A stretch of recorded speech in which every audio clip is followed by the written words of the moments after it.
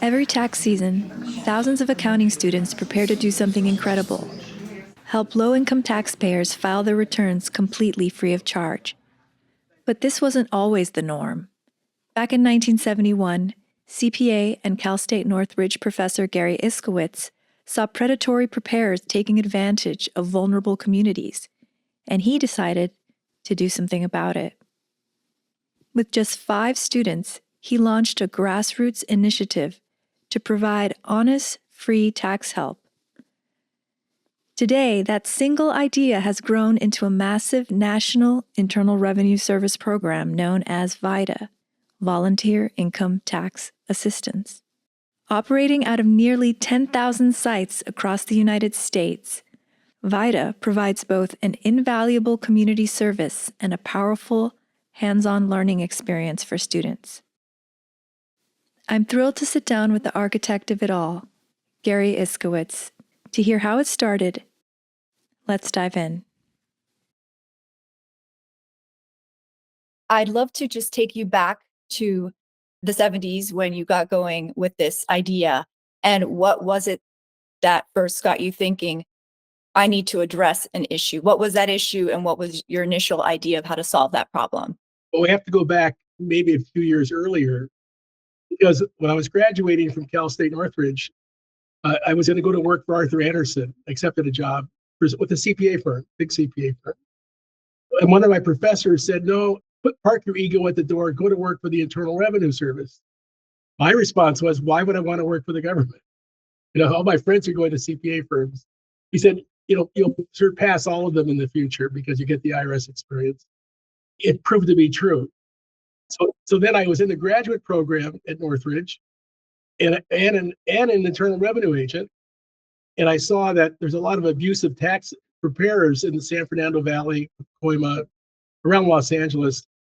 And the IRS was having a hard time dealing with these questionable preparers. So I came up with the idea, because IRS had a VITA program the year before where they were going to teach people on the street how to do tax returns. That didn't really fare. So I took it to the university level. So my idea was to train college students in preparing tax returns in low-income communities, get them they all got refunds because they had earned income credit. So it was very productive. It all started with this need, get into the community, put these preparers out of business. And we did that. I'd love to get into that a little bit more, because I think that's really interesting. So you're working as an employee of the IRS, and part of what you're seeing are these predatory practices. Can you give me an example that stands out to you of someone really taking advantage of someone in their tax preparation? Give you the common one. Sure. The common one, at that time, the preparer would prepare a return saying your refund is $200. They'll file a return with the IRS saying the refund is $2,000. They get the checks used to be mailed to the preparer if you put that address on the tax return. So the preparer gets a check for $2,000, writes a check for $200 to the taxpayer, and then disappears. So the next year he's not even around, or she's not even around. And then the IRS comes around saying, well, we don't see where you were entitled to a $2,000 refund until you get audited. It was very abusive. And the IRS didn't really enjoy going back and assessing these people back tax, because a lot of them were marginal financially to begin with. So Okay. we came in, we did the tax returns. Those preparers couldn't, the word got out in the communities that were there to do it for free. And we got them their earned income credits that they're entitled to. We got them what they needed. And it didn't cost them anything. The first year I had 5 students. The dean was reluctant to give them to me, reluctant to give credit, was concerned about liability of these preparers. And I explained to him it's a volunteer program, it's not for pay. But finally he agreed to put it on the curriculum as 2 units of credit. I had never taught a class before. Public speaking was my last class I took in college, but I couldn't waive it. And here I was developing a 24-hour class to teach these 5 students. So I taught them. We went out to San Fernando as a group. I supervised them. They did tax returns. The father of the church told everyone on Sunday we would be there, they were lined up outside to get their tax returns done. So that was the first year. So just to get clear, there was some kind of very small version of VITA before you Yeah, got the your year, idea kind of. yeah, the year before, IRS had this idea that they could train people on the street. That organized, but they prepared a booklet on how to do tax returns, but it wasn't being used by anybody. Nothing was happening with it. So Gotcha. I saw this need in San Fernando. I said, well, I'll train the students. We'll go out there on the weekends and we'll do tax return. And we did that. The second year, the same 5 students I had come back, I trained them how to teach the VITA program. They became the instructors with me. And then we had about 50 students the second year. This year, they had 350 students at Cal State Northridge. This is 56 years later. So it's still going strong. So what I did, I also, as I left the IRS, I went to work for myself and a couple other people. We formed a partnership. One of my first clients was John Severino, he was president of KBC in Los Angeles. So he hired me to do the news for 2 years on the air, but he also let me promote the VITA program. So and I even had him send crews out to videotape the students doing the tax returns and doing remote interviews. And that really built up the program. We had probably 200 preparers by the third year. But Was that just with one university or it had already spread at that point? it's all Cal State Northridge. Okay. The program later expanded to Cal State LA, Cal State Fullerton, USC. I spoke there to them. It expanded as the word got out. And now it's all over the country, especially since I moved around. I set up different programs. But I'd love to get into that more. So you've identified this issue. You think instead of just having strangers off the street, I can recruit. Was it just accounting majors, any student at the time? What was your thinking? good question. So initially, they were accounting majors. So then we were in San Fernando, and a lot of the people we were helping only spoke Spanish. So at that time, they had a department called Chicano Studies Department. I'm not sure they even have it anymore. I went to the head of the department. I said, look, I need your people. I need you to give credit to some of your students to prepare returns. So we don't know how to prepare returns. He said, we'll teach you. He said, well, how about if I just give you interpreters? I said, I think that's degrading. You give me the students, I'll teach them how to prepare returns. And I'll sit them next to students that don't speak Spanish. And that worked great. And they all got along. You couldn't tell an accounting major from a Chicano studies major. And they were great. They did great in the class. They did great. I'd love to learn more about the training side of it in these early stages, because as someone who has just recently gone through it, there's a lot of material to kind of get familiarized with. And we have the advantage now of, the internet, search terms. We have the advantage of having the tax slayer software that wasn't there in the 70s. So how long did the training take, and what was your idea for how you were going to get students from day one to sitting in front of clients and having them be competent at doing that? Well, once the word got out after the first year, the CPA firms that were hiring looked for VITA on their resume. The fact that students participated, that was a big thing because more and more students wanted to be in the program. So that's how we got up to 200 pretty quickly, because it became almost necessary to get it on your resume. You were in the VITA program. It shows you worked in the community. You knew how to do tax returns. It was a big plus on a resume. So that actually encouraged a lot of the students. The students came in January to take the class, 24 hours. You could either take it 6 nights for 4 hours or take it 3 Saturdays for 8 hours. We gave them a choice. This is when the students were out of school. This was during the semester break, but didn't interfere with anything. So the fact that students came back to the campus during their break says a lot too. Sure. Do you have any the story of the tax filer who you heard from specifically? Did any?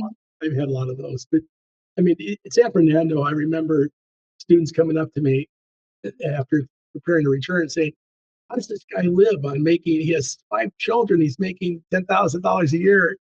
These are kids that came from fairly wealthy families. They're in Encino and Thousand Oaks. And they didn't grow up in low income.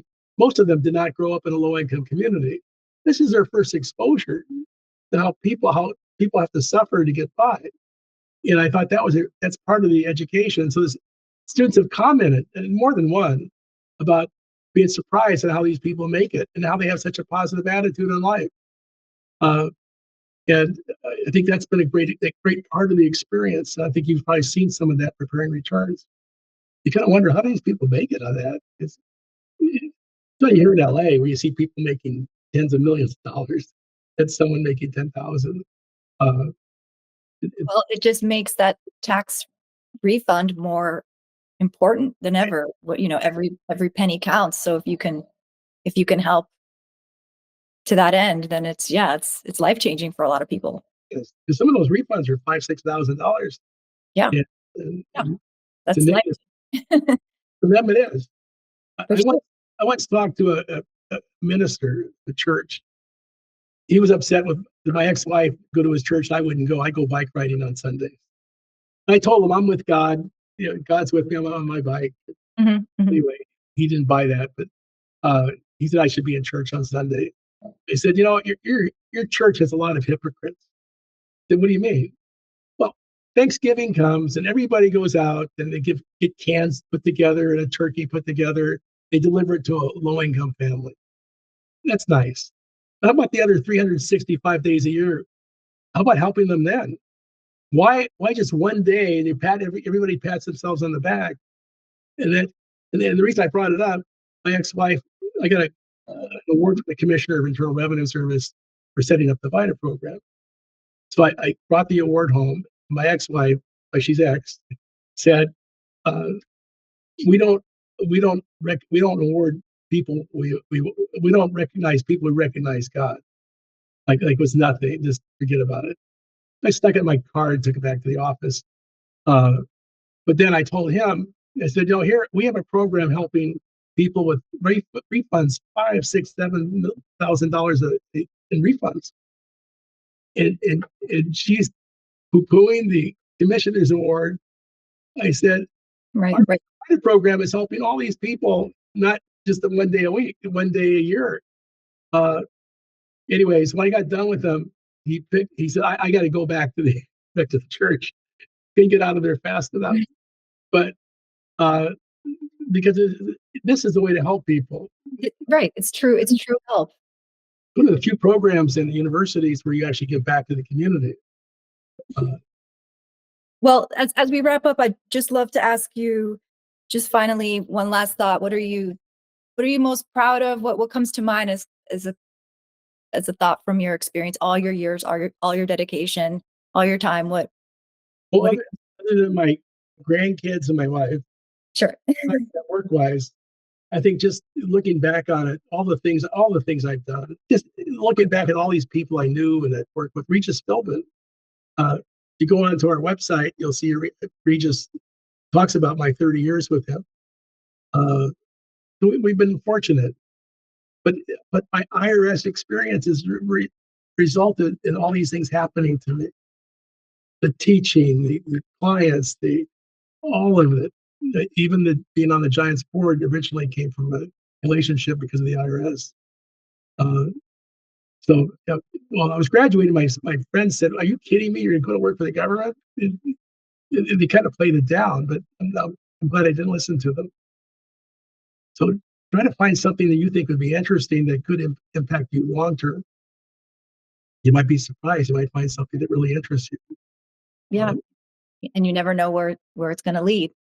Right. Yeah. Well, that's wonderful. Thank you so much. Thank you. Yeah. Hope that helped.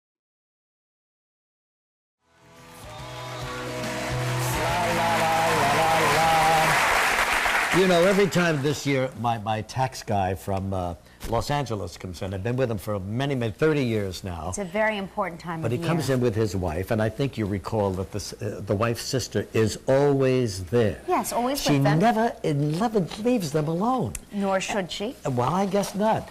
Anyway, there they are. That's Gary Iskowitz and Terry. And there's Hi. the sister. Yes, how are you? Gary, it's good to see you. I just wanted you to know that Gary's one of the few guys in his business that has been selected by the Treasury Department to help the IRS. Gary ran the IRS shop in Baltimore for a long time, and now one of the few 100 people. And incidentally, the Treasury Department looking for more people to come in. I don't care what your job is, but if you think you can help the IRS, they're looking for you right now, right? That's right, Regis. April 30th is the deadline Right. to apply for the Taxpayer Advocacy Panel. And how do they apply? They just have to go online and apply, just taxpayeradvocacypanel.com. All right, fine. Well, there you go. Gary, thanks so much for coming by. Keep your eye on the sister. Can't we just use, Gary, some of Regis's tax return money to bail us out of this mess? All right. He is bailing us out. Thanks, Gary.